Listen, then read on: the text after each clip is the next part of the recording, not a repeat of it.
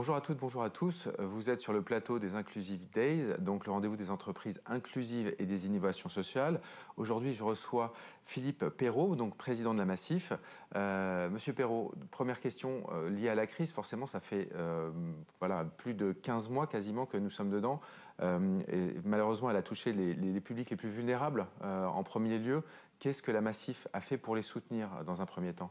Alors, dans un premier temps, on a fait le choix, puisque nous sommes une entreprise mutualiste, d'accompagner les sociétaires, les adhérents qui étaient en plus grande difficulté. Donc on a mobilisé, depuis le début d'ailleurs, 110 millions d'euros pour actionner nos dispositifs de solidarité. On a un fonds de solidarité, on a un fonds d'action sociale, nous avons une prestation solidarité chômage qui existe d'ailleurs uniquement chez nous à la Massif.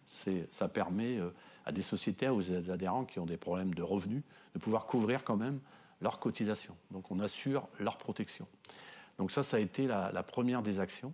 Ensuite, après, nous nous sommes tournés aussi vers les personnes les plus vulnérables, les plus en difficulté, grâce aussi aux partenariats qu'on développe avec nos associations.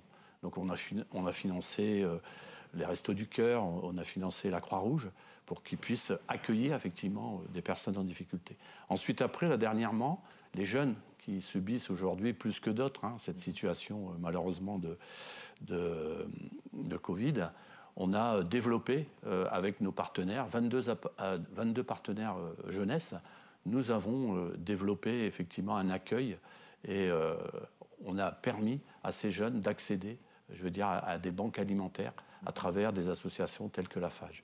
Donc on a vraiment pris comme démarche d'accompagner les gens qui étaient bien entendu en difficulté dans cette période.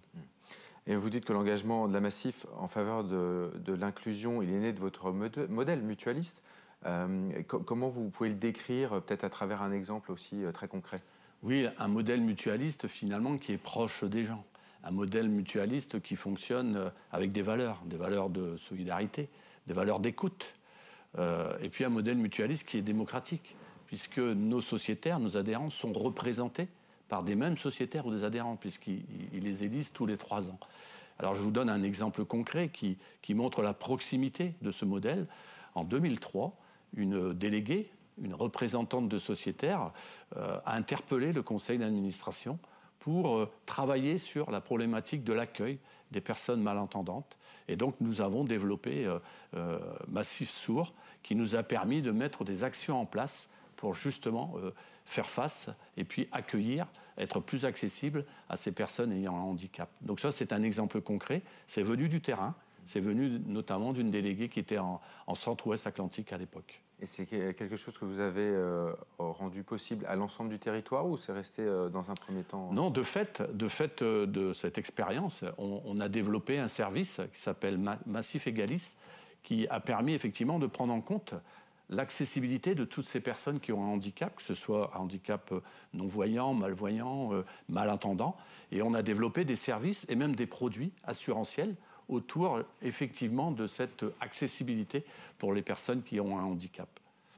Donc c'est sûr que ce sujet-là est très vaste, mais est-ce que vous avez d'autres actions mises en place? Et surtout, moi j'aimerais qu'on parle un peu des freins aussi, parce que c'est vrai que ça paraît facile peut-être comme ça, une fois que vous l'expliquez, mais il y a forcément des frictions qui se passent à certains endroits. Donc quels sont les principaux freins? Alors dans un premier temps, il faut vraiment être à l'écoute, je veux dire, de ces sociétaires, de ces adhérents qui ont des difficultés d'accessibilité à cause de leur handicap.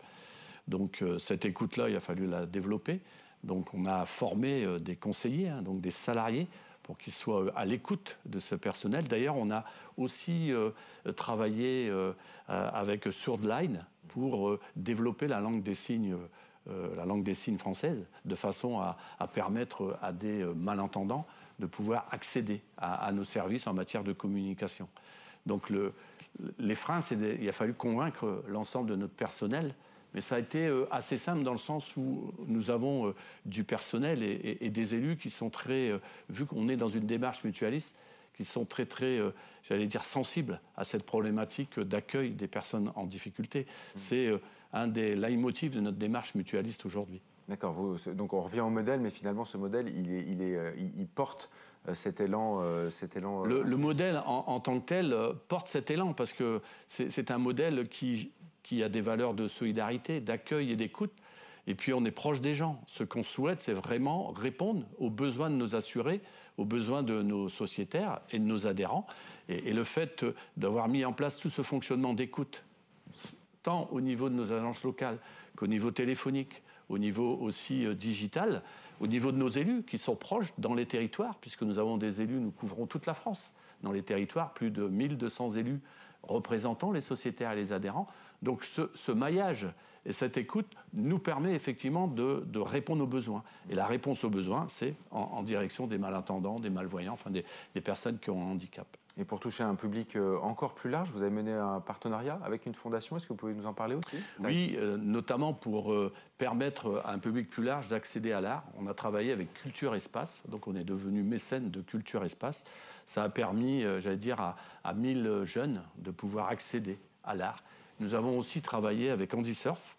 Et là, l'idée, c'était d'accompagner 100 structures, plus de 120 structures et 200 éducateurs pour permettre à des jeunes de pouvoir pratiquer le surf. Donc ça veut dire qu'on a une action à l'interne pour nos sociétaires, nos adhérents, et nous avons bien entendu une action à l'externe puisque nous sommes dans l'économie sociale et solidaire, et on a aussi un projet sociétal qui correspond bien entendu à nos métiers d'aujourd'hui, c'est-à-dire des métiers de la protection et d'accessibilité à un certain nombre de services. Et c'est ça qui est important.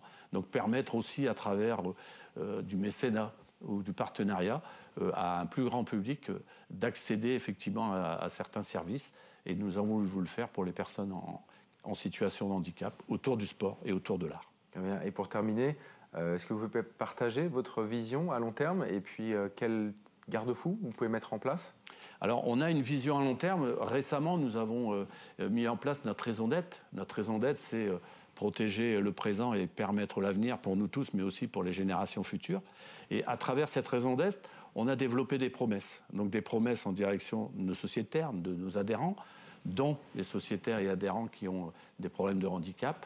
On a aussi développé, des promesses en direction de la société pour la rendre beaucoup plus inclusive et beaucoup plus solidaire. Et donc c'est à travers toutes les actions que nous menons là en direction de handicap que nous permettons effectivement d'aller beaucoup plus loin. Et nous pensons demain communiquer sur l'ensemble, de ces actions que nous menons, communiquer aussi dans le cadre, de l'ensemble de la société pour dire qu'aujourd'hui, une entreprise, on parle de raison d'être, on parle d'entreprise à mission, elle a un rôle sociétal à jouer. Elle a un rôle sociétal en direction, bien entendu, des publics les plus démunis. Et je pense que quand on est une entreprise et une mutuelle d'assurance style La Massif, c'est effectivement une démarche que nous voulons faire prospérer et dialoguer aussi avec d'autres entreprises pour pourquoi pas, faire le point ensemble de nos actions. Très bien, écoutez, on suivra tout ça avec attention. Philippe Perrault, merci beaucoup et puis très bonne journée. Merci à vous et bonne journée à vous aussi.